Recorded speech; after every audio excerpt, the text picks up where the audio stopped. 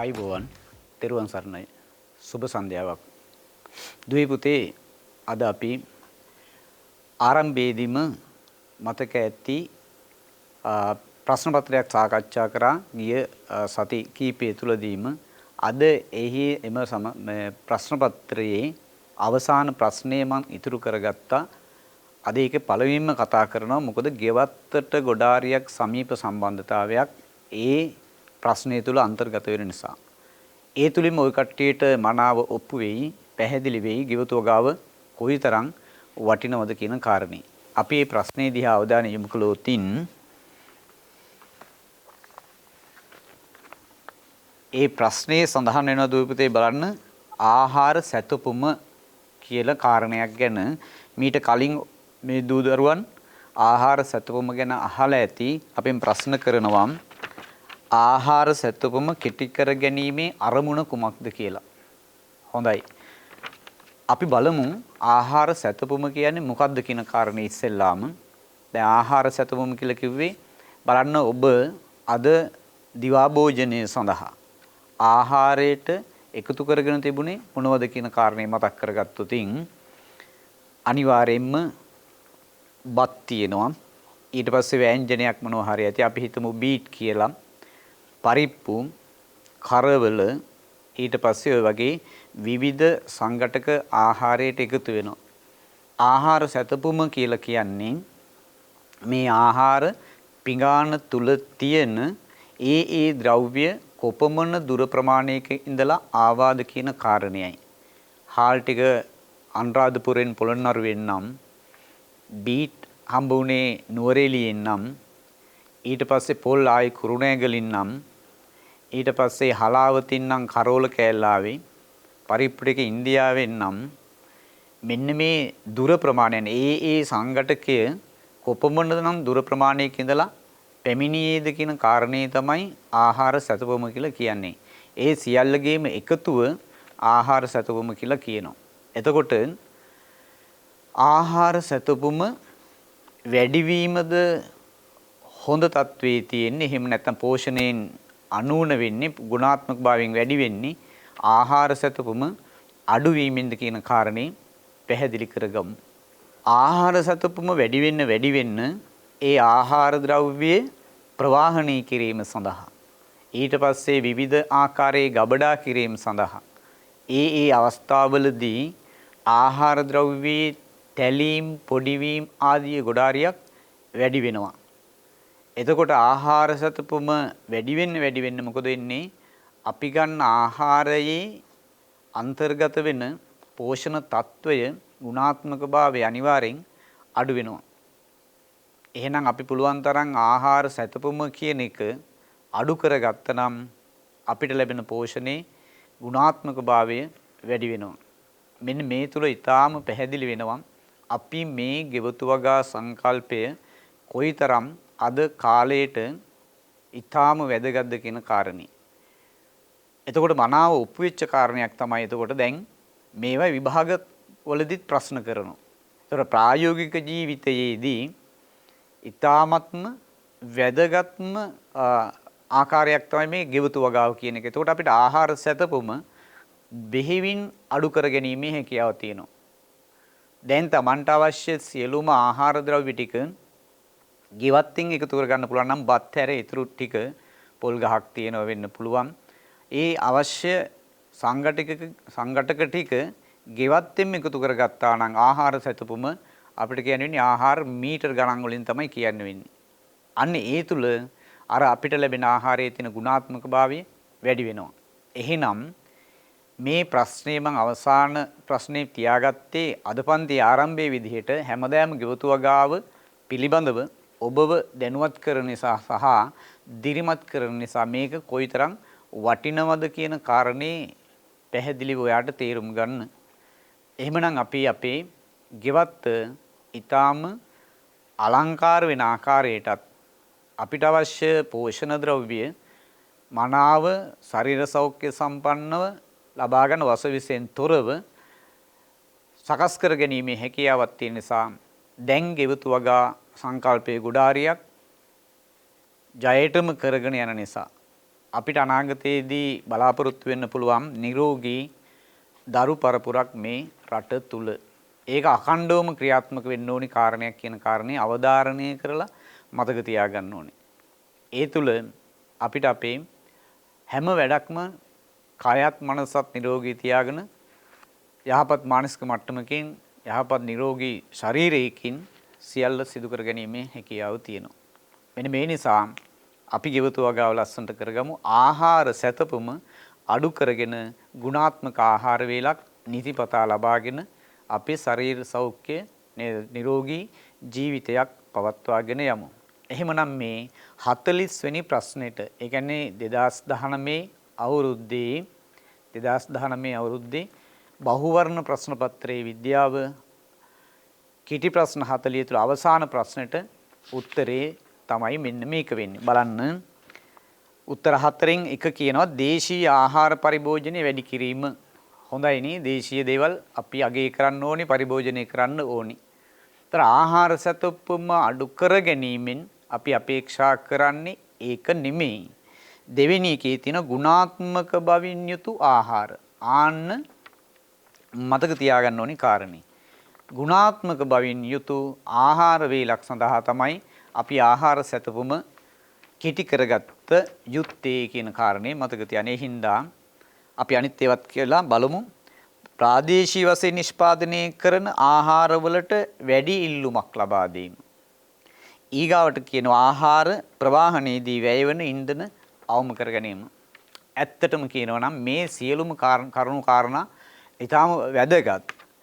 එතකොට ප්‍රවාහනය සඳහා කාලය, ඊට පස්සේ ඉන්ධන, ඒ ඉන්ධන දහනය කිරීමේදී පරිසර දූෂණය ආදී සියල්ලම සිද්ධ වෙන නිසා මේ පිළිතුරු හතරම ඊටාම ලස්සනට අපිට ගලප ගන්න පුළුවන්.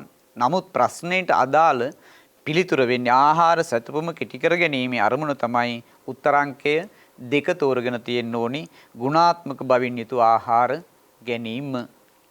හොඳයි දුවේ පුතේ. ඒකත් එක්කම නැවත මතක් කරන්න. එහෙනම් ගෙවතු වගාව අපි සාර්ථකව සිදු කරගෙන යමු. ඒ තුල අපිට අපේ ජයග්‍රාහී මාවත අනාගතයේදී විවර වෙයි. මොකද ආහාර ටික අපිට අනිවාර්යෙන්ම සෞඛ්‍ය සම්පන්නව ලැබිය යුතුයි. එහෙමනම් දුවේ පුතේ අද අපි පාඩම විදිහට පටන් ගන්න බලාපොරොත්තු වෙන්නේ මේ දවස්වල හොඳ ග්‍රීස්මිනි උෂ්ණත්වය ගොඩාරියක් වැඩි. ඒතර උෂ්ණත්වය වැඩි වෙනවා. ඒක හා සම්බන්ධ කරුණු කාරණා ටිකක් තමයි අද අපි මතක් කරගන්න යන්නේ. උෂ්ණත්වය වැඩි වෙනවා, ගෝලීය උණුසුම වැඩි වෙනවයි කියන එක අපි ප්‍රායෝගිකව දැන් අත්විඳිනවා. උෂ්ණත්වය වැඩි වෙන්න විවිධ හේතු තියෙනවා.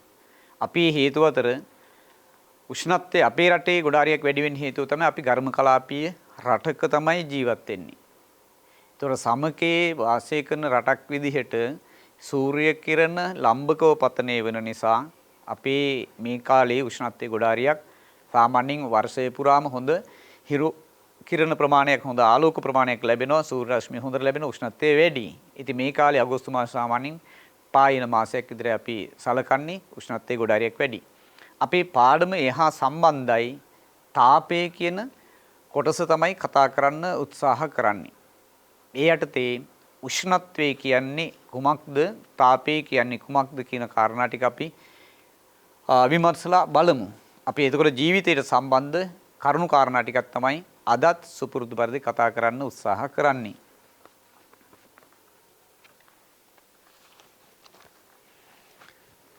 හොඳයි. තාපය කිව්ව ගමන් මේ දූදරවන්ට මොකක්ද දැන් මතක් වෙන්නේ? අපි කතා කරනවා අපේ විශ්වය සකස් වෙලා තියෙන්නේ ප්‍රධාන කොටස් දෙකකින්. ඒ තමයි පදාර්ථයයි ශක්තියයි.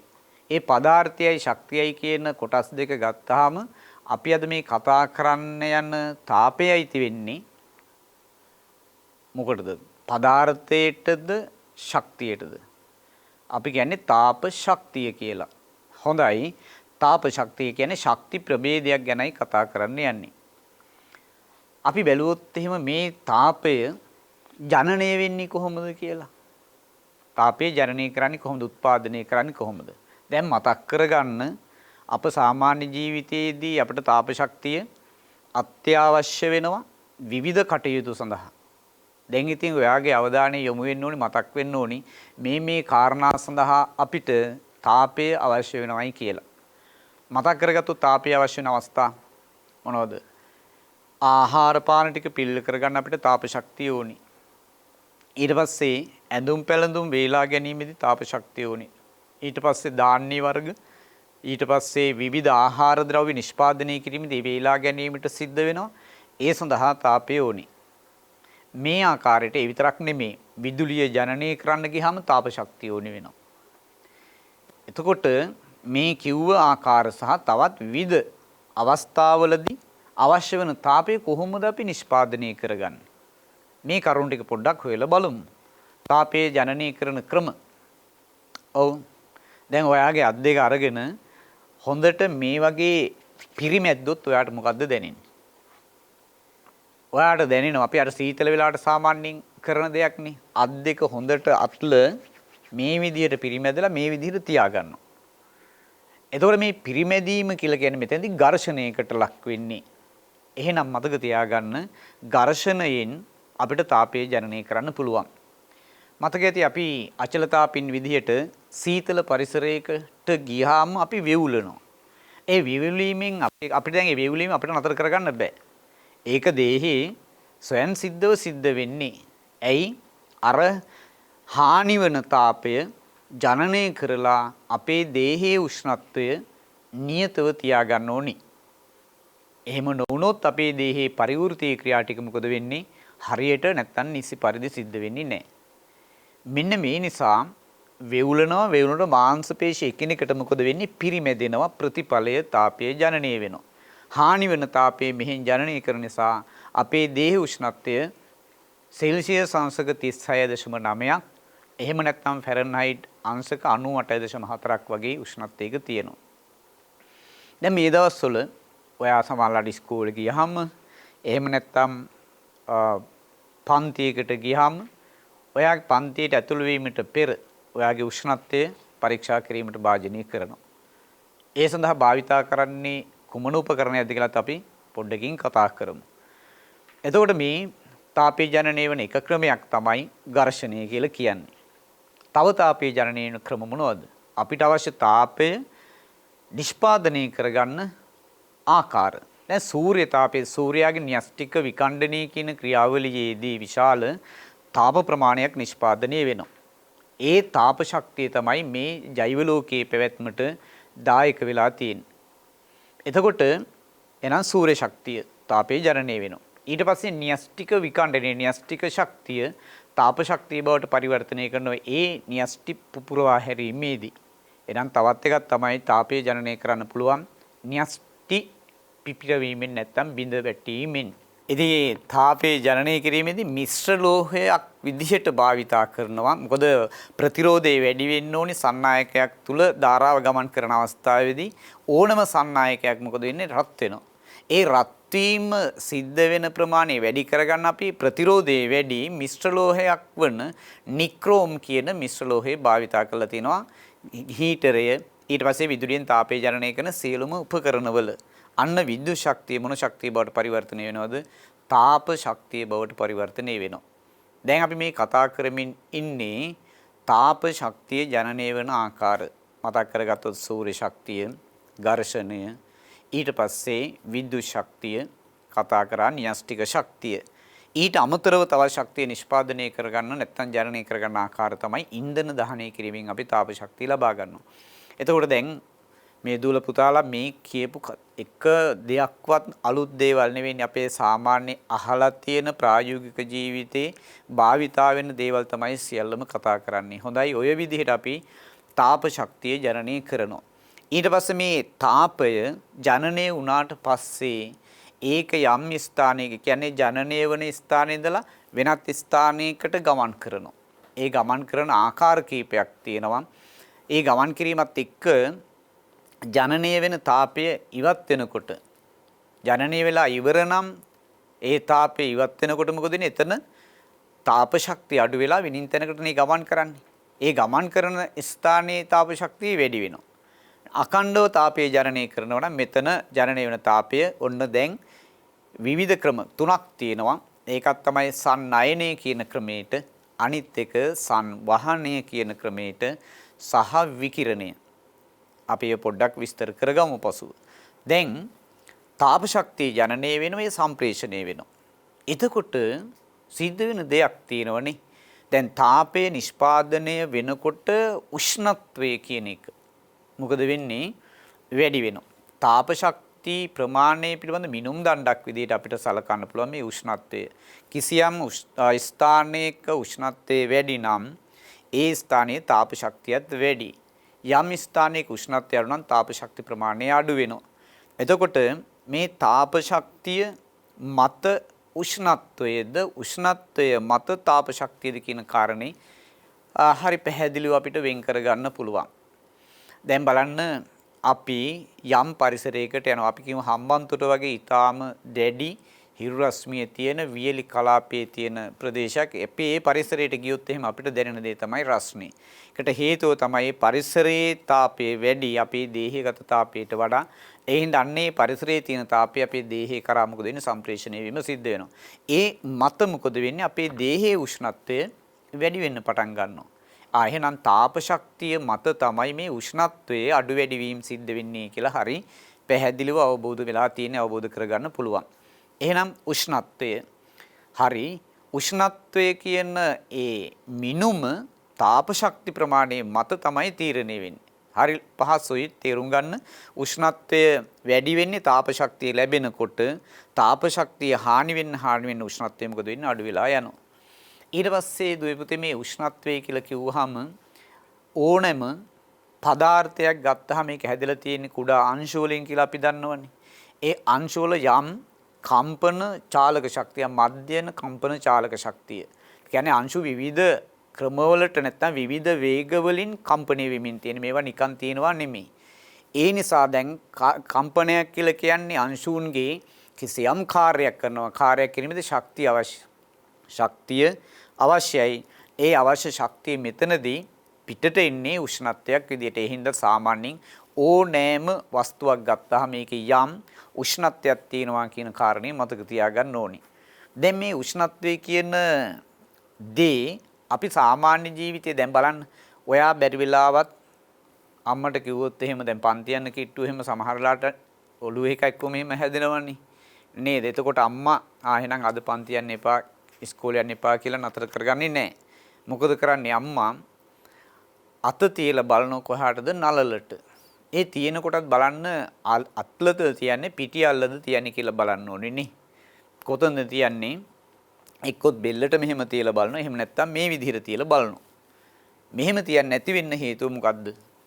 මේ පැත්තේ තියෙන සෛල විවිධ ගැටීම් වලට ලක් වෙලා මැරුණු සෛල ස්තරයක් වගේ තමයි උඩින්ම තියෙන. ඒ හින්දා සංවේදීතාවය අඩුයි. ඒ හින්දා මේ පිටියල්ල භාවිතා කරන්නේ සංවේදීතාවය වැඩි. මොකද ජීවී සෛල ප්‍රමාණය හොඳට තියෙන නිසා. දැන් බලලා කියන උෂ්ණත්වය මෙච්චරයි නේද? එහෙම කියනවද? එහෙම කියන්න බෑ. උෂ්ණත්වයේ අම්මට සාපේක්ෂව තමයි බලන්නේ. දැන් අම්මා සාමාන්‍ය නිරෝගී ඔළුව එක්කමුකුත් මුකුත් නැහැ, උණ ගතියකුත් නැහැ. ඒ බලලා කියන ඔයාගේ චුට්ටක් උෂ්ණත්වය වැඩි නම් අන්න දැනෙනවා.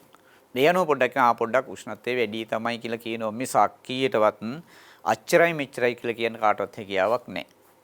එහෙනම් මේ උෂ්ණත්වය කියන දේ මනින්න අපිට මිනුම් දණ්ඩක් අවශ්‍යයි. තියෙනවා නම් හොඳයි.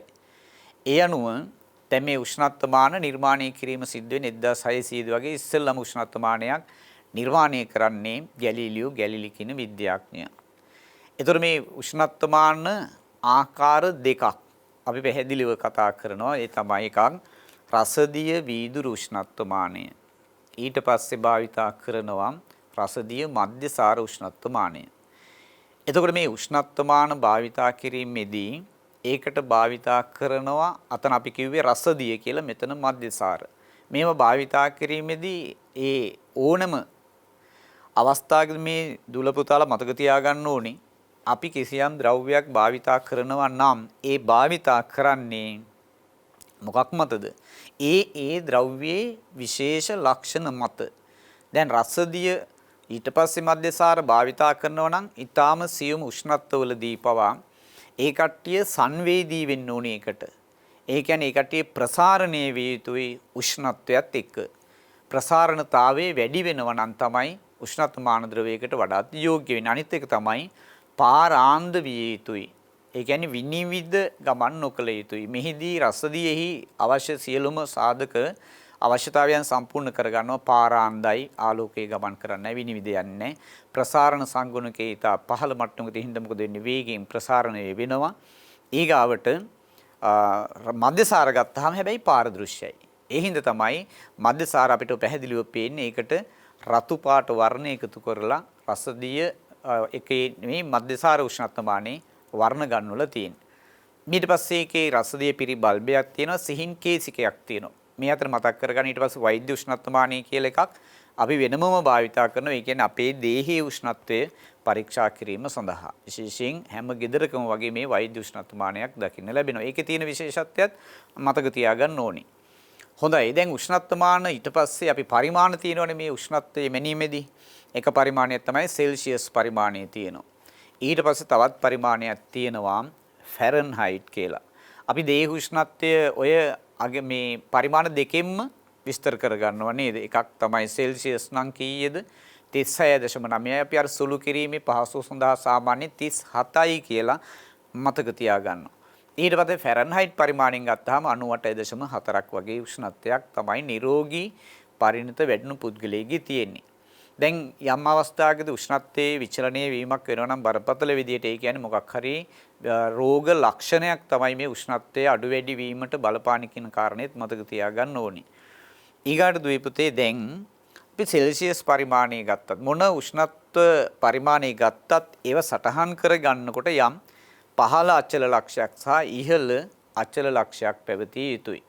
එතකොට දැන් උෂ්ණත්වමානයක් අපි සාමාන්‍යයෙන් ඇඳලා බැලුවොත් එහෙම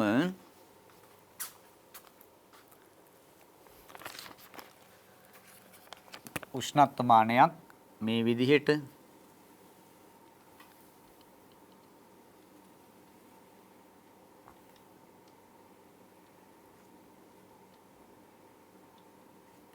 මේ විදිහට තියෙනවා. එතකොට මේක ඇතුලේ තමයි අර සිහින් කේශික නලය තියෙන. මේ සිහින් කේශික නලයක් භාවිතා කරන්න හේතුව කුමක්ද?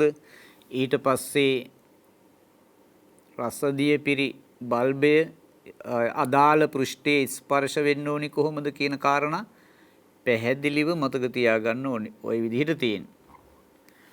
එතකොට මේ තියෙන රසදිය උෂ්ණත්වමානය නම් මේක රසදියෙන් පිරීලා තියෙන්නේ මේ විදිහට. එතකොට අපි යම් පෘෂ්ඨයක උෂ්ණත්වය බලනකොට මේක අපි සටහන් මේ ගිල්වන්න ඕනේ, ස්පර්ශ වෙන්න ඕනි පැහැදිලිව මෙන්න මේ රසදිය පිරි බල්බයේ පමණයි. ද්‍රවයක් තුල බලනවා නම් මේ විදිහට බලන්න ඕනේ. ඒකට හේතුව තමයි යම් හේකින් මෙන්න මේ හරියෙන් අපි උෂ්ණත්වමානය ගිලුනොත් එහෙම අපි ගන්න පාඨාංක දෝෂ සහිතයි. ඇයි මේක ඇතුලේ තියෙන රසදිය බල්බයේ ඇතුලේ තියෙන රසදිය ටික තමයි රත් වෙලා ප්‍රසාරණය වෙන්න ඕනේ. මේ හරිය ගිලුනොත් මේ හරිය තියෙන රසදියත් නැවත මොකද වෙන්නේ? රත් වෙලා ප්‍රසාරණය වෙන. ඒ හින්දා වැඩි අගයක් තමයි අපිට එහිදී ලැබෙන්නේ. ඊට පස්සේ මේක මධ්‍යසාර නම් මේ විදිහට මේ රතු පාටට පෙන්නලා තියෙනවා. මේ කේශිකයේ ඔස්සේ අපිට පැහැදිලිව පේනවා මේ උෂ්ණත්වය පරිමාණය දිගේ ගමන් කරන ආකාරයේ සිහින් කේශිකයේ ඔස්සේ. එතකොට රතු පාටම භාවිතා කරන්න හේතුව දැන් අපි දන්නවා රතු පාට ගොඩාරියක් ඈතට පේන ආලෝකයේ වර්ණය කියලා නේද? අපගමන කෝණය අඩු නිසා පැහැදිලිව බලා ගන්න පුළුවන් රතු පාට ආලෝකය. නැත්නම් අපිට විවිධ වර්ණ වලින් මේක වර්ණ ගන්නවන්න තිබුණා. දැන් සෙල්සියස් පරිමාණයේදී පහළ අචල ලක්ෂයක් ඊට පස්සේ ඉහළ අචල ලක්ෂයක් ලබා ගැනීම අවශ්‍යයි. එතෙන්දී සෙල්සියස් අංශක ඍණ අපි ගත්තාම සෙල්සියස් අංශක ඍණ 39 ඉඳලා සාමාන්‍යයෙන් 357 දක්වා වූ පරාසයක උෂ්ණත්වය මනින්න මේ රසදිය උෂ්ණත්වමානය පාවිච්චි කරන්න පුළුවන් රසදිය. ඊට පස්සේ මධ්‍යසාර භාවිතා කරනවා නම් ඒකට හේතුව තමයි ඊටා බිඳුවට වඩා සෙල්සියස් අංශක බිඳුවට වඩා පහළ අගයන් කියන්නේ සෙල්සියස් අංශක ඍණ 115 වගේ අගයන් දක්වා පහළ උෂ්ණත්වමනින්න හොඳයි. රසදිය නෙමෙයි මොකද්ද වීදුරු මධ්‍යසාර නැත්නම් මධ්‍යසාර වීදුරු උෂ්ණත්වමානය. ඒ තැන්වලදී ඒක භාවිතා කරන්නේ ඒ තැනට සුදුසු ආකාරයට කියලා ගැළපෙන ආකාරයට කියන කාරණේත් මතක තියාගන්න ඕනේ. හොඳයි. දැන් මේ උෂ්ණත්වමානයේ ක්‍රමාංකනය කිරීමේදී ඉස්සෙල්ලම අපි මේක තියන්න ඕනි අයිස් කැටවල. අයිස් කැට ටිකක තියලා අපි පහළ අචලයේ ලක්ෂය ලකුණු කරගන්නවා. ඊට පස්සේ පහළ අචල ලක්ෂය අපි සාමාන්‍යයෙන් සෙල්සියස් පරිමාණයේදී පහළ අචල ලක්ෂයේ විදිහට සෙල්සියස් අංශක කීයද 0යි. ඊට පස්සේ ඉහළ අචල ලක්ෂය කොහෙමද ගන්නෙ? අපි ගන්න ඕනේ ජලයේ නටන අවස්ථාවේදී. ජලයේ නටන අවස්ථාවේදී උෂ්ණත්වය සටහන් කර ගන්නවා. දුවේ පුතේ එතනදී අපි බැලුවොත් එහෙනම් දැන් මේක තියෙනුනේ අයිස් කැටත් එක්ක මේ විදිහටනේ තියෙන්න ඕනේ. ඒ වගේම තමයි ඊගාවට ඉහළ පාඨාංකය සටහන් කර ගන්නකොට මේක වාෂ්පයට ලක් වෙන්න බෑ. කෙලින්ම මේක තියෙන්න ඕනේ නටන ජලයත් එක්ක ස්පර්ශ වෙලා තියෙන්න ඕනේ. එතකොට නටන ජලයේ යම් පාඨාංකයක් අපිට ලබා දෙනවා. මේ ආශ්‍රිත ජලය ගැනයි කතා කරන්නේ. එහෙමනොත් එහෙම මෙතන සෙල්සියස් අංශක දැන් අපි ගන්න මෙතන 100යි කියලා. මේවා ඇවිල්ලා සම්මත කරගත්ත ඒවා කියලාත් මතක තියාගන්න ඕනේ. මේ පරිමාණ සෙල්සියස් පරිමාණ ඊට පස්සේ ෆැරන්හයිට් පරිමාණ ගත්තාම දැන් ඊට පස්සේ මේ අතර පරතරයේ සමාන කොටස් කීයකට බෙදනවද?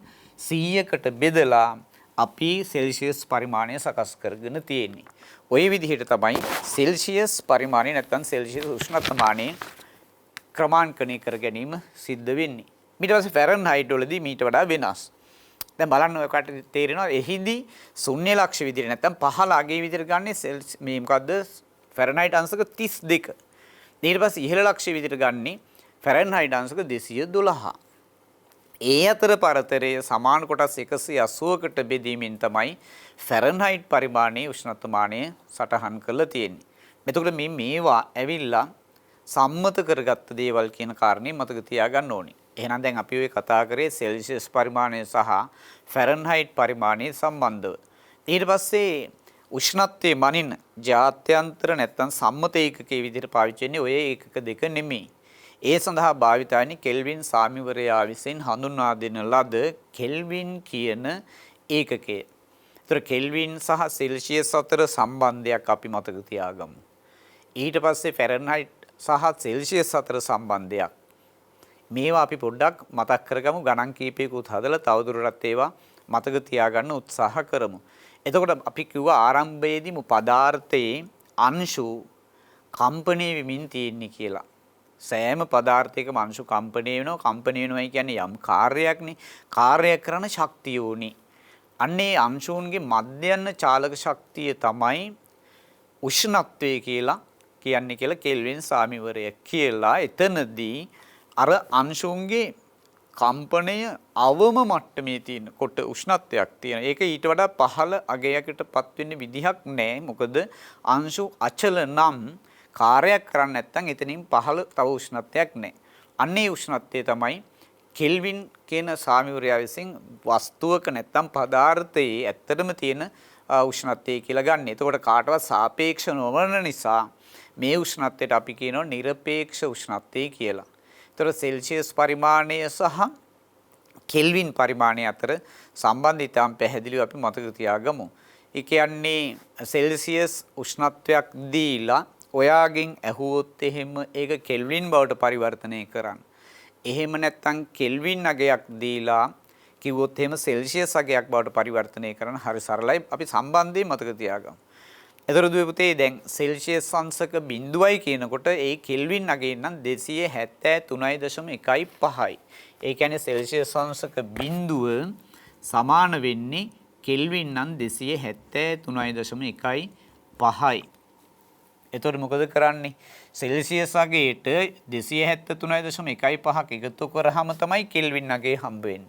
ඒ අනුව අපි දැන් සෙල්සියස් අංශක 1යි කියලා කිව්වොත් එහෙම ඒක සමාන වෙන්නේ කෙල්වින් කීයද? මේකට එකතු වෙන්න ඕනේ කීයද? 273.15ට මේක එකතු වෙන්න ඕනේ එකක්. එතකොට උත්තරේ එන්නේ 274.15යි කෙල්වින් කියලා. එහෙනම් මොකද වෙන්න ඕනේ? සෙල්සියස් පරිමාණයට 273.15ක් එකතු කරගත්තාම අපිට කෙල්වින් පරිමාණයෙන් ගන්න පුළුවන්. ඒ අනුව අපි විශේෂ උෂ්ණත්ව අවස්ථා කීපයක් ගමු. එහෙනම් ජලයේ මිදෙන උෂ්ණත්වය, ඒ කියන්නේ අයිස් වල උෂ්ණත්වය කීයද? ජලයේ මිදෙන උෂ්ණත්වය සෙල්සියස් අංශක 0යි. ඒ කියන්නේ කෙල්වින් නම් කීයද? 273.15යි. ඒ හරි අගය. නමුත් අපි සුළු කිරීමේ පහසු සඳහා දුවේ පුතේ මේක ගත්තාට කමක් නැහැ 273යි කියලා හි ගැටලුවක් නැහැ. නිවැරදි මගේ මතක තියාගන්න 273.15. එහෙනම් මට කියන්න දැන් සෙල්සියස් අංශක 10කින් වස්තුවක උෂ්ණත්වය වැඩි කරා නම් ඒ කෙල්වින් වලින් කීයද? ඔව්. මොකද කරන්න තියෙන්නේ අර 10 273.1ට එකතු කරන. එතකොට කීයද 283.1යි.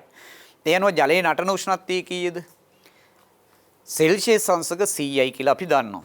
සෙල්සියස් අංශක 100යි. එහෙමනම් කෙල්වින් වලින් ඒ අගේ ප්‍රකාශ කරන්න කියලා කිව්වොත් ඔයාට කරන්න තියෙන්නේ 273.1ට 100ක් එකතු කරන්න ඕනි. එතකොට කීයද? 373.1යි මොනවද කෙල්වින් වලින්. පැහැදිලිනේ? ඊගාට දේහයේ උෂ්ණත්වය නේද? අර විශේෂ අවස්ථා ටිකක් අපි මතක තියාගමු. අපේ දේහයේ උෂ්ණත්වය සාමාන්‍ය මං කිව්වා සුළු කිරීමේ පහසුව සඳහා 36.9 37යි කියලා සලකනවා. එහෙමනම් 37ක් එකතු කරන්න 273.1ට එතකොට එනවා 310යි කියලා. මේ අපි කතා කරේ කෙල්වින් පරිමාණය සහ සෙල්සියස් පරිමාණය අතර සම්බන්ධතාවය. මීට එහා ගිහිල්ලා පොඩ්ඩක් අපි බලමු මේ කෙල්වින් සහ සෙල්සියස් වලට අමතරව ෆැරන්හයිට් සහ සෙල්සියස් අතර සම්බන්ධයක් තියෙනවා සමීකරණ දෙකක් විදිහට. ඒ කියන්නේ ඔයාට සෙල්සියස් අගයක් දුන්නොත් ඒක ෆැරන්හයිට් බවට පරිවර්තනය කරන්න. ෆැරන්හයිට් අගයක් දුන්නොත් සෙල්සියස් බවට පරිවර්තනය කරන්න සිද්ධ වෙන නිසා මෙන්න මේ අපි ගණන් කීපයකුත් ඒකේ හදලා බලමු තහවුරු කර ගැනීම සඳහා මතක තියාගන්න ඕනි මෙන්න මේ පරිමාණය ෆැරන්හයිට්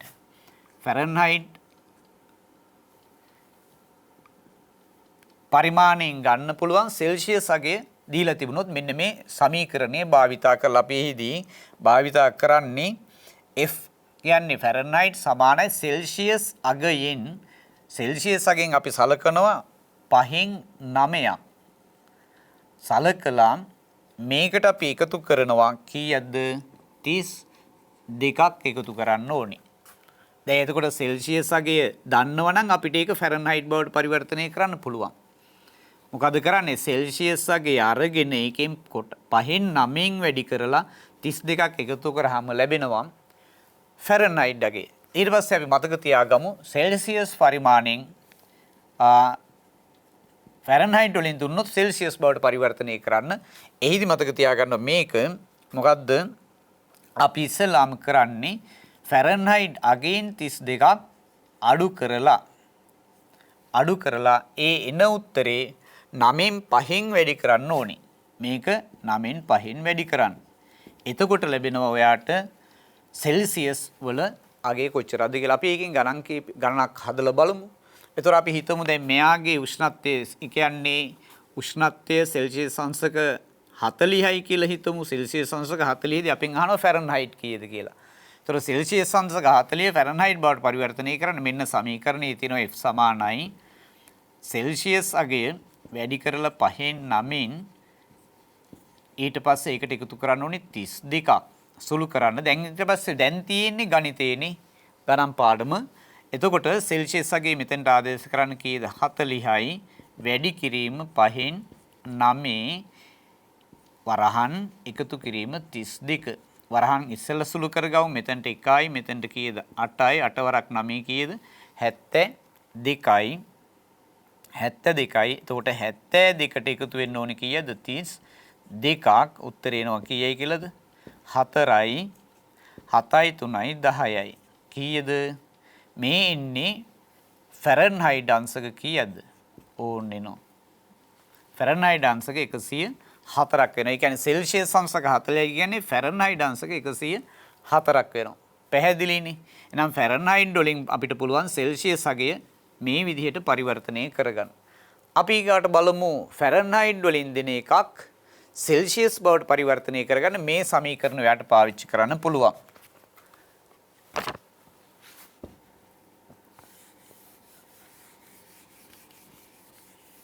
අපි හිතමු ෆැරන්හයිට් අගය හිතන්නකෝ 40 අපි සලකමු මේ ෆැරන්හයිට් අංශක සුළු වෙන ගාන අපි ගාන හදන ක්‍රමයේ බලන්න උෂ්ණත්වයක් අරගමු.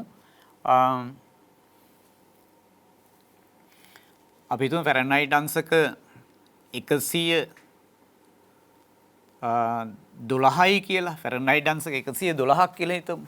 ඒතර ෆැරන්හයිට් අගේ අපිට සිද්ධ වෙනවා පරිවර්තනය කරන්න සෙල්සියස් වලින් ප්‍රශ්නේ. සෙල්සියස් වලින් දෙන්න ඕනේ. එහෙනම් සමීකරණය සෙල්සියස් කීයද ෆැරන්හයිට් අගෙන් 32ක් අඩු කරලා එන උත්තරේ 9න් 5න් වැඩි කරනවා. ෆැරන්හයිට් අගේ ආදේශ කරන්න දැන් අපිට දීලා තියෙන 112. අඩු කිරීම එතකොට 32 වැඩි කිරීම 9න් 5. 112න් 32ක් අඩු කරාම දෙකෙන් බිඳුවක් දෙකෙන් දෙකක් අඩු කරාම බිඳුවයි 11න් 3ක් අඩු කරාම 8යි වැඩි කිරීම 9න් 5. සුළු වෙන්නේ අපි නම සුළු කරමු මෙහෙම 9ට 9 එකක් තියෙනවා දැන් දල වශයෙන් ඉන්නේ 8 වරක් 9 72යි ඒ කියන්නේ 8යි දශම ගානක් මෙතන එනවා 89න් බෙදුමු 89න් බෙදුවාම 8යි 72යි ඊට පස්සේ 8ක් ඉතුරුයි ආයි 80ට කීයද 8යි එන්නේ. ඒ කියන්නේ 8.8ක් වගේ එන්නේ. ඒතර 8.8 වැඩි කරනවා 9න් අපි 9න් බෙදුවනේ නේද 5න් වැඩි කරන්න තියෙන්නේ. ඔන්න උෂ්ණත්වය එනවා 5 වරක් 8 40යි 8 වරක් 5 40යි 4යි 44යි කියලා. එහෙනම් උෂ්ණත්වය කීයද? සෙල්සියස් අංශක 44යි. ෆැරන්හයිට් 112යි කියලා කියන්නේ සෙල්සියස් පරිමාණයට ගත්තොත් එහෙම අංශක 44යි. ඔය විදිහට. දැන් ඔයාලට පුළුවන් කෙල්වින් සෙල්සියස් අතර සම්බන්ධයක් දන්නවා. ෆැරන්හයිට් සෙල්සියස් අතර සම්බන්ධයක් දන්නවා. ඔය ටික මතක තියාගමු අපිට පොඩි පොඩි ගණනය කිරීම එන්න පුළුවන්. හොඳයි. ඊට පස්සේ අපි දැන් ඔය කතා කරේ උෂ්ණත්ව පරිමාණ පිළිබඳව. මේවා සම්මත කරගත්තේවා කියන මතක තියාගන්න. නමුත් අර කෙල්වින් ඒකකයේ තමයි ජාත්‍යන්තර ඒකකයේ විදිහට සලකන්නේ. මොකද පදාර්ථයේ තුල පවතින අංශුන්ගේ කම්පන මධ්‍යන කම්පන චාලක ශක්තියත් එක්ක තමයි මේ උෂ්ණත්වය කියන එක ජනනය වෙන්නේ කියන කාරණේ. ඊට පස්සේ දැන් අපි මතක් කරගමු අපි ඔය කතා කරේ උෂ්ණත්වය. දැන් අපි එමු කෙලින්ම මේ උෂ්ණත්වය ජනනය කරන නැත්නම් උෂ්ණත්වය අඩු වැඩි කරන තාප ශක්තිය ගැන කතා කරන්න. තාපය. දැන් තාපය ගැන කතා කරාම අපි ශක්ති ප්‍රභේදයක් කියලා දන්නවා සහ තාපය ජනනය කරන ආකාර ටිකත් අපි ඉගෙන ගත්තා. ඊට පස්සේ මේ තාපය සංක්‍රමණය වෙන ආකාර ටිකත් කිව්වා. එකක් තමයි සන්නයනය ඊට පස්සේ සංවහනීය විකිරණය. මෙතන විශේෂයෙන් මතක් කරන්න ඕනි ඝන ද්‍රව්‍ය ඔස්සේ තමයි තාප සන්නයනය වීම සිද්ධ වෙන්නේ. ඝන ද්‍රව්‍ය තුලින්. ඊට පස්සේ ද්‍රව සහ වායු අපි විද්‍යාවේදී හඳුන්වන්නේ තරල කියලා. තරල මාධ්‍ය තුල තාපය ගමන් කරන්නේ කොහොමද? සංවහන ධාරා ක්‍රමයට. සංවහන ධාරා. එතකොට විකිරණේ රටාවට තාපය ගමන් කරන මාධ්‍යයක් අවශ්‍යද නැද්ද කියන කාරණේ මතක් කරගන්න ඕනේ. විකිරණය. එතකොට අර සන්නයනය ඊගාට සංවහනය කියන අවස්ථා දෙකේදීම අපිට මාධ්‍ය ඕනි. හැබැයි විකිරණයට මාධ්‍යයක් තිබුණත් එකයි නැතත් එකයි කියන කාරණේ මතක තියාගන්න ඕනේ. උදාහරණ එහෙනම් සාක්ෂි තියෙන්නේ ද්වීපතේ සාක්ෂි අපිට පරිසරයේ තියෙනවා. විකිරණයට මාධ්‍යයක් අනවශ්‍යයි කියලා කියන්න. මොකක්ද ඒ තමයි අපි දන්නවා සූර්යයා තමයි අපි මේ ශක්ති ප්‍රභවයන්ගේ මූලිකය වෙන්නේ කියලා දන්නවා. ඒතර න්‍යෂ්ටික විකණ්ඩන ක්‍රියාවලිය ජනනය වන තාපය අපේ පෘථිවි වායුගෝලය තෙක් එන්නේ හිස් අවකාශයක. ඒ අවකාශයේ තුල වායු කලාපයක් නෙමෙයි රික්තකයක්. රික්තකය කියනකොට ඒකේ කිසිම අංශුමය සාධකයක් තියෙන්න බෑ. එවැනි කලාපය පසු කරමින් තමයි අපේ වායුගෝලයට ඇතුළු වෙන්නේ. එහෙනම් ඒ තෙක් ගමන් කරලා තියෙන්නේ කොහොමද? රික්තකය කියන කලාපය තුල අන්න සාක්ෂිය තියෙනවා. එතකොට විකිරණේ රටාවට තාප විකිරණයට විකිරණ රටාවට තාපය ගමන් කරන්න මාධ්‍යයක් තිබුණත් එකයි නැතත් එකයි. දැන් උදාහරණයක් විදිහට ඔයා සීට් වහලක් යට නම් ඉන්නේ. ඒ සීට් වල රත් වෙනකොට මොකද වෙන්නේ? ඔයාට උණුසුමක් දැනෙනවා. ඒ උණුසුම දැනෙන සීට් එකේ ඉඳලා තාප විකිරණ පටන් ගන්න ඔයාගේ දේහය කරා ගමන් කරන්න. ඊට පස්සේ අපි ගිනි මැලයක් අසල ඉන්නකොට ඒ ගිනි මැලයක් අසල ඉන්නකොටත් අපිට උණුසුමක් දැනෙන්නේ විකිරණ රටාවට ගමන් කිරීම නිසා. එතකොට මේ වස්තුවල තාපය රඳව ගන්න ප්‍රමාණයන් එකිනෙකට වෙනස්නේ ද්‍රව්‍යවල. අපි දන්නවා ජලයේ ලක්ෂණ යටතේ අපි ඉගෙන ගත්තා. පොඩි පන්තියකදී මේ ජලයට හැකියාව තියෙනවා විශාල තාප ප්‍රමාණයක් මොකක් කරගන්නද? රඳවා ගන්න හැකියාව තියෙනවා. එහෙනම් අපි එතෙන්දී කතා කරා ජලයේ විශිෂ්ට තාප ධාරිතාවය කියලා සෙල්සියස් අංශකයට කිලෝග්‍රෑමයට ජූල් 4200ක්. ඒ වගේ විශාල තාප ප්‍රමාණයක් රඳව ගැනීමේ හැකියාව තියෙනවා. ඊට පස්සේ ද්‍රව්‍යයෙන් ද්‍රව්‍යයට ජනනය මේ ගබඩා කරගන්න පුළුවන් තාප ප්‍රමාණයක් තියෙනවා. ඊට පස්සේ එකම ද්‍රව්‍යයේ ස්කන්ධයේ මත මේ රඳව ගන්න තාප ප්‍රමාණයකුත් තියෙනවා.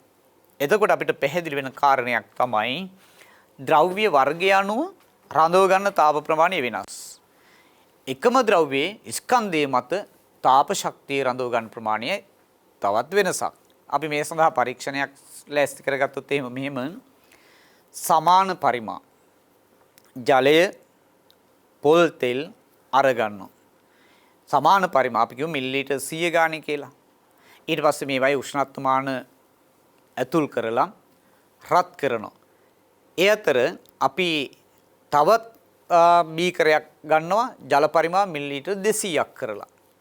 දැන් ඔය එකයි මොකද අපි කරන්නේ සමාන කාල ප්‍රාන්තරයක් අපි කියමු විනාඩි 5ක් මේ ඔක්කොටම තාපය සපේනවයි කියලා. විනාඩි 5ක් තාපය සපේනවා.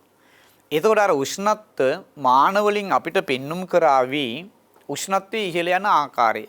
උෂ්ණත්වයේ ඉහළ යන ආකාරය. එතකොට මේ උෂ්ණත්වයේ වෙනසක් අපිට දකින්න ලැබෙනවා. මොනවාද වෙනස්කම්? දැන් අපි ගත්තේ සමාන ජල පරිමාවකුයි සමාන පොල් තෙල් ප්‍රමාණයකුයි. ඊගාවට ගත්තා ජල ප්‍රමාණය වැඩි කරලා දෙගුණයක් කරලා මිලිලීටර් 200ක්. අපි ABC කියන අවස්ථාව ගත්ත දැන් මෙන්න මේ විදිහට නේද? මේ විදිහට ගමුකෝ. මේකේ සමාන ජල ප්‍රමාණයක් ඊට සමාන ප්‍රමාණයක් පොල් තෙල් තියෙනවා. මේකේ තියෙනවා ජල ප්‍රමාණයක් සාමාන්‍ය මෙතන ගත්ත ජල ප්‍රමාණයට සාපේක්ෂව ජලය වැඩි. ඊට පස්සේ අපි මේවට තාපය සපේන උෂ්ණත්වමාන ඇතුල් කරලා රත් කරනවා. ඒ රත් කරනකොට සමානව දැන් හැම එකටම තාපය ලැබෙන්න ඕනේ සමානව. හැම දෙයක්ම සමානයි. මෙතන වෙනස්කම් මෙතන ජලය H2O තියෙනවා. මෙතන ඊට පස්සේ පොල් තෙල් තියෙනවා. ඊට පස්සේ මෙතනත් ආයි H2O තියෙනවා. මේ දෙක පරිමාවෙන් සමානයි. මෙයයි ගත්තාම මෙයාට සාපේක්ෂව මෙතන පරිමාව වැඩි. ඊට පස්සේ දැන් රත් කරනවා. රත් කරනකොට දැන් උෂ්ණත්වමානී අපිට පේනවා පාඨාංක වැඩි වේගන යනවා. කාගේද වැඩිම උෂ්ණත්වමාන පාඨාංකයක් පෙන්눔 කරන්නේ? මෙතන සමාන පරිමා තියෙන පොල් තෙල් සහ ජලය ගත්තාම කවුද ඉක්මනට රත් වෙන්නේ? අපිට පෙන්눔 කරනවා. අපි හිතමු මෙයාගේ θ 1යි මෙයාගේ උෂ්ණත්වමාන පාඨාංකයේ θ 2යි කියලා මෙයාගේ උෂ්ණත්වමාන පාඨාංකයේ θ 3 කියලා. ඒ කියන්නේ මේ උෂ්ණත්වයේ සෙල්සියස් අංශක 1යි 2යි එහෙම නෙමෙයි. එකිනෙකට වෙනස් පාඨාංක කියන අදහස් තමයි මේකෙන් ගන්නෙ. මේ දෙන්න සංසන්දනය කරාම මෙයාට සාපේක්ෂව මෙයාගේ උෂ්ණත්වය වැඩි වෙලා. ඒ කියන්නේ මෙයා ඉක්මනට රත් වෙනවා. මෙයාට තව දුරටත් තාපය සැපියුවොත් තමයි උෂ්ණත්වය මේ ගන්නට ගන්න පුළුවන් වෙන්නේ. අපි දැන් සමාන කාල පරිච්ඡේදනේ දුන්නේ. එතකොට පැහැදිලි මේ එක් ද්‍රව්‍යයක අන්තර්ගත වෙන ශක්ති ප්‍රමාණය එකිනෙකට වෙනස්. තාපය රඳව ගන්න පුළුවන් ප්‍රමාණය එකිනෙකට වෙනස්. තාප ධාරිතාවය. ඊට පස්සේ මෙයාට සාපේක්ෂව මෙයාගේ උෂ්ණත්වය තවත් බෙහෙවින් අඩු වෙලා තියෙනවා. ඒ කියන්නේ මෙයාගේ උෂ්ණත්වයම මේ උෂ්ණත්වමාන පාඨාංකය ලබා දෙන අපිට තව තාපය දෙන්න වෙනවා. පැහැදිලිව තේරුම් ගන්න පටලව ගන්න නැතුව ආයසරයක් මම කියන්නම්. මේ දෙන්න සැලකුවාම θ 1 වලට වැඩිය θ 2 විශාලයි. එතකොට පැහැදිලි මෙයා තමයි ඉක්මනට රත් වෙලා තියෙන්නේ. ඒතකොට මෙයාගේ උෂ්ණත්වය ගොඩක් ඉහළ ගිහිල්ලා ඊට සාපේක්ෂව මෙයා අඩුයි. එහෙනම් පොල් තෙල් වල තාප දරා ගන්න පුළුවන් රඳව ගන්න පුළුවන් ප්‍රමාණය මෙයාට සාපේක්ෂව මෙයාගේ අඩුයිනේ. ඇයි? මේ උෂ්ණත්වයටම ගන්න නම් මෙයාට තව තාපය දෙන්න ඕනේ. තව තාප ශක්තිය දෙන්න ඕනේ. එහෙනම් මෙයාගේ ධාරිතාවය වැඩි. මෙයාට සාපේක්ෂව.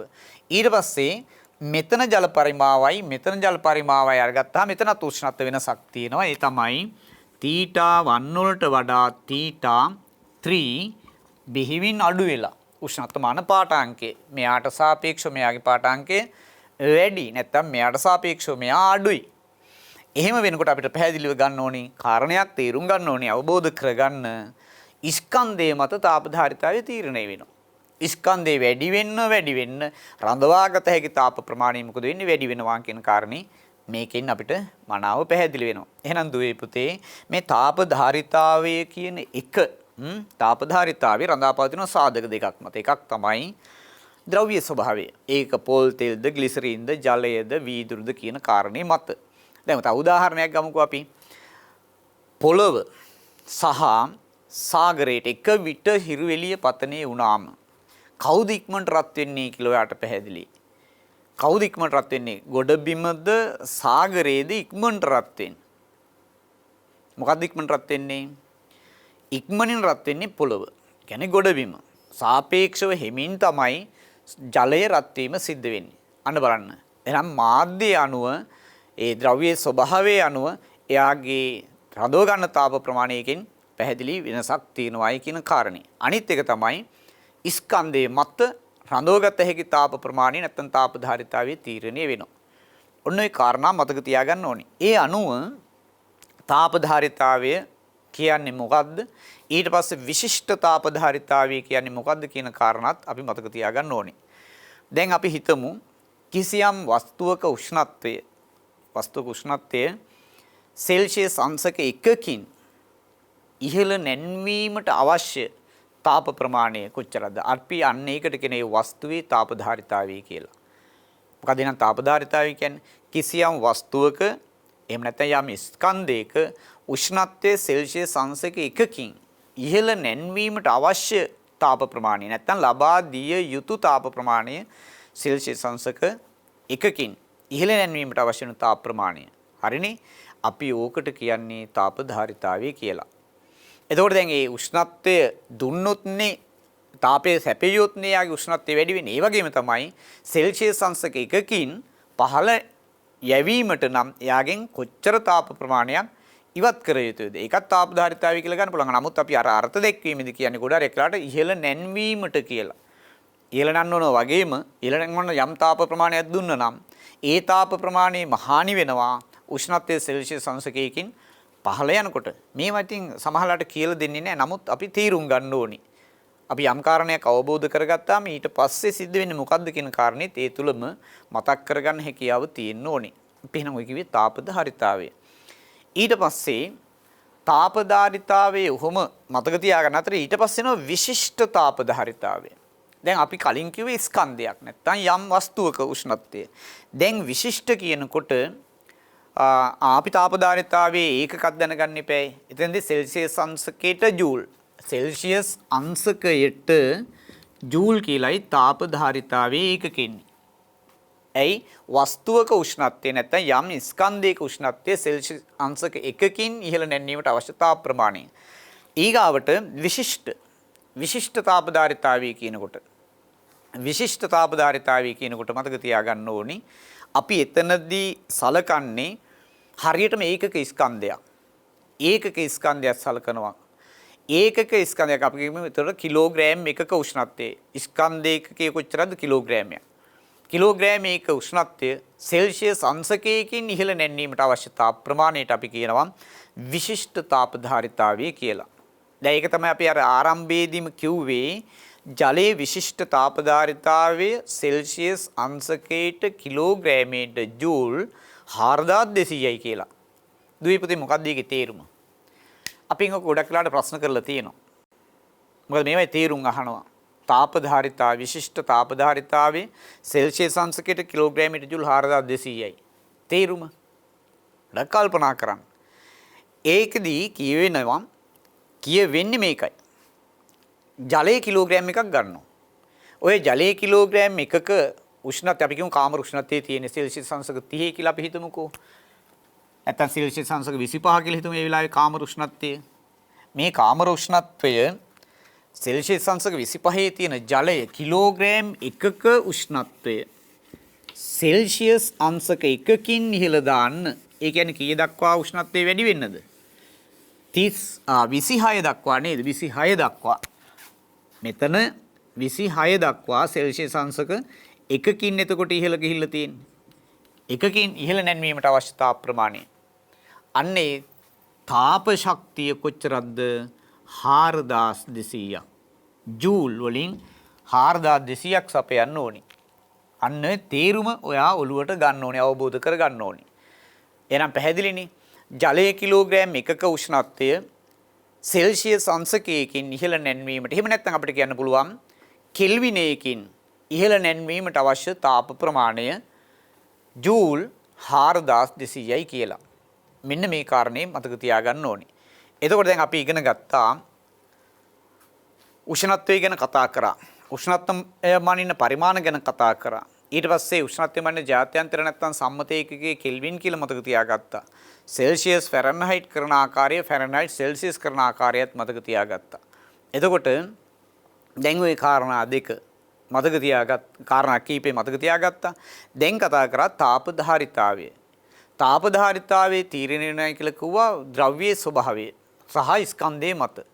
ඊට පස්සේ තාපධාරිතාවය හඳුන්වා ගත්තා සෙල්සියස් අංශකයකින් උෂ්ණත්වය වැඩි කිරීමට නම් ඒ සැපිය යුතු තාප ප්‍රමාණය තමයි තාපධාරිතාවය කියලා කියන්නේ. විශිෂ්ට කියනකොට ඒකක ස්කන්ධයක කිලෝග්‍රෑමයක ස්කන්ධයක් ගත්තාම එයාගේ උෂ්ණත්වය සෙල්සියස් අංශකයකින් ඉහළ නැන්වීමට අවශ්‍ය තාප ප්‍රමාණයට තමයි අපි කිව්වේ විශිෂ්ට තාපධාරිතාවය කියලා. එතකොට මේ විශිෂ්ට තාපධාරිතාවය හා සම්බන්ධව දුවපිටේ අපිට ගණන් එහෙමත් හදන්න තියෙනවා. ගණන් හදන්න තියෙනවා. මේ ගණන් සෑදීමේදී අපි මතක තියාගන්න ඕනේ කාරණා කීපයක් තියෙනවා. ඒ තමයි අපි මෙන්න මේ හිතන්නකෝ යකඩ කෑල්ලක් රත් කරනවා. යකඩ කෑල්ල රත් කරලා යම් යකඩ ස්කන්ධයක් රත් කළවිලා අපි භාජනයකට දානවා. වතුර භාජනයකට දානවා. දැම්මට පස්සේ මොකද්ද සිද්ධ වෙන්නේ? තාප හුවමාරුවක් සිද්ධ වෙනවනේ. එතකොට රත් වෙලා තිබුණේ කවුද? යකඩ කෑල්ල. එතකොට යා රත් වෙලා අපි ඒ රත් වෙච්ච යකඩ කෑල්ල තමයි ජල භාජනයට දාන්නේ. එතකොට මොකද වෙන්නේ? ජලයේ උෂ්ණත්වය වැඩි වෙනවා. එතකොට කවුද තාපේ පිට කරන්නේ? කවුද තාපේ ලබා ගන්නේ? අන්න පිට කරපු තාපය ජලය සහ බඳුනනේ ජලය සහ බඳුන දෙකම අරගෙන උෂ්ණත්වය වැඩි කරගන්නවා. යම් අවස්ථාවකදී මොකද වෙන්නේ? සමස්ත පද්ධතියේම උෂ්ණත්වය එකම අගයකටපත් වෙනවා. එතකොට තාප හෝමාරු නතර වෙනවා. දැන් පද්ධතියේ තියෙන යම් උෂ්ණත්වයක්. යකඩ කෑල්ලේ උෂ්ණත්වය අඩු වුණා. ඊට පස්සේ ජලයේ උෂ්ණත්වය වැඩි වුණා. අපි ඔකට කියන තාප හෝමාරුව. පිටකල තාපයේ සෑම විටම සමානයි කියලා කියනවා. මොකේද? ලබාගත් තාපයට. හැබැයි දුවේ පුතේ මේවා උපකල්පනනේ. අපි දන්නවා යකඩ කෑල්ල ජල භාජනයට දැම්මහම පිටට තාපේ හානි වෙන්නේ නැද්ද? තාපේ හානි වීම සිද්ධ වෙනවා. එතකොට ඒ තාප හානියත් එක්ක ඇත්තටම අර ජලයට සම්පූර්ණ තාප ප්‍රමාණයම ලැබෙන්නේ නැහැ. හැබැයි අපි ගණනය කිරීම වලදී උපකල්පනය කරනවා පිට කරපු සම්පූර්ණ තාපයම භාජනය සහ ජලය. සමහරවිට අපි භාජනය නොසලකා හරිනවා භාජනය ගත්තේ නැහැ කියලා. නමුත් මේව වෙන්නේ නැති දේවල් නෙවෙයි වෙනවා. අපි උපකල්පනය කිරීමක් තමයි කරන්නේ. එහෙම වෙන්නේ නැහැ කියලා. හොඳයි. එතකොට මේ පාඩම ආශ්‍රිතව දුවපිටේ අපිට ඉදිරියේදී තවත් සමීකරණ කීපයක් එහෙම ඉගෙනගෙන ඒවට ගැටලු කීපයකුත් විසඳලා අපි මේ හා සම්බන්ධව තාප ශක්ති විපර්යාස එතකොට මේ තාප හුවමාරුව පිටකර තාපයේ සමානයි ලබාගත් තාපයේ ආදී ඔය ගැටලු කීපයකුත් විසඳන්න උත්සාහ කරමු. එතකොට දැන් අද කිව්ව කාරණා ටික සාරාංශගත කරගත්තොත් ඉක්මනට උෂ්ණත්වය කියන්නේ මොකක්ද? ඊට පස්සේ උෂ්ණත්වයේ මනින පරිමාණ පිළිබඳව ඊට පස්සේ උෂ්ණත්වමාන ද්‍රව්‍ය ඊට පස්සේ කතා කරා තාපධාරිතාවය කියන එක රඳා පවතින්නේ මොනවද කියන මත ඊට පස්සේ විශිෂ්ට තාපධාරිතාවය කතා කරා. ඊට පස්සේ මේ පරිසරය තුල යම් යම් ස්ථානවල උෂ්ණත්ව වෙනස් වීම සිද්ධ වෙන්නේ ඒ ද්‍රව්‍ය ලබා ගන්න නැත්නම් අවශෝෂණය කරන තාප ප්‍රමාණයන් මත. ඒක තීරණය ඒ ද්‍රව්‍යයේ විශිෂ්ට තාපධාරිතාවය.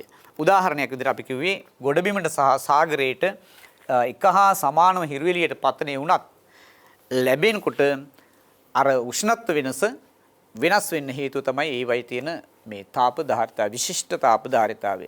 එහෙනම් දුවේ පුතේ අපි ඔය තාපය හා සම්බන්ධව කරුණු කාරණා ටික හොඳට මතක තියාගෙන ඊගාව දවසේදී අපි බලාපොරොත්තු වෙමු මේ හා සම්බන්ධව ගැටලු කීපයක් निराකරණය කරගනිමින් විසඳමින් පාඩමේ ඉදිරි කටයුතු ටික ඉස්සරහට මතක් කරගන්න. එතකොට දැන් ඉගෙන ගත්ත දේවල් ඔයා හොඳට මතක් කරගන්න, ඒව අවබෝධ කරගන්න උත්සාහ කරන්න. මේ හා සම්බන්ධව පෙළපොතේ ඔයාට මේ හා සම්බන්ධව ගැටලු එහෙම තියෙනවා, ඒව විසඳ ගන්න. මම ඒව ගැටලු කීපයක් විසඳන්න උත්සාහ කරනවා. හොඳයි. අපි එහෙනම් අදට පන්තියෙන් සමුගමු. හැම දිනාටම තෙරුවන් සරණයි. ආයුබෝවන්.